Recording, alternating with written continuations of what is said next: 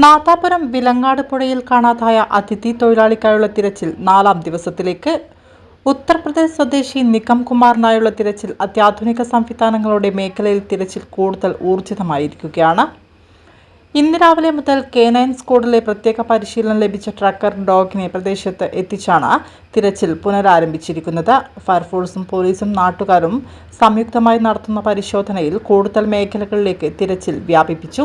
കഴിഞ്ഞ ഞായറാഴ്ചയാണ് വിലങ്ങാട് പുഴയുടെ ഭാഗമായ കുളിക്കാവിൽ കുളിക്കാനിറങ്ങിയ നികം കുമാർ ശക്തമായ ഒഴുക്കിൽപ്പെട്ട് കാണാതാവുന്നത്.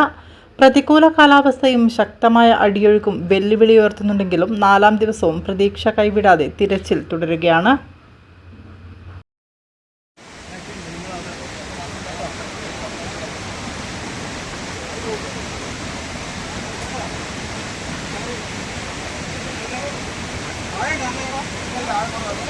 കുട്ടി അങ്ങോട്ട് നടന്നോ.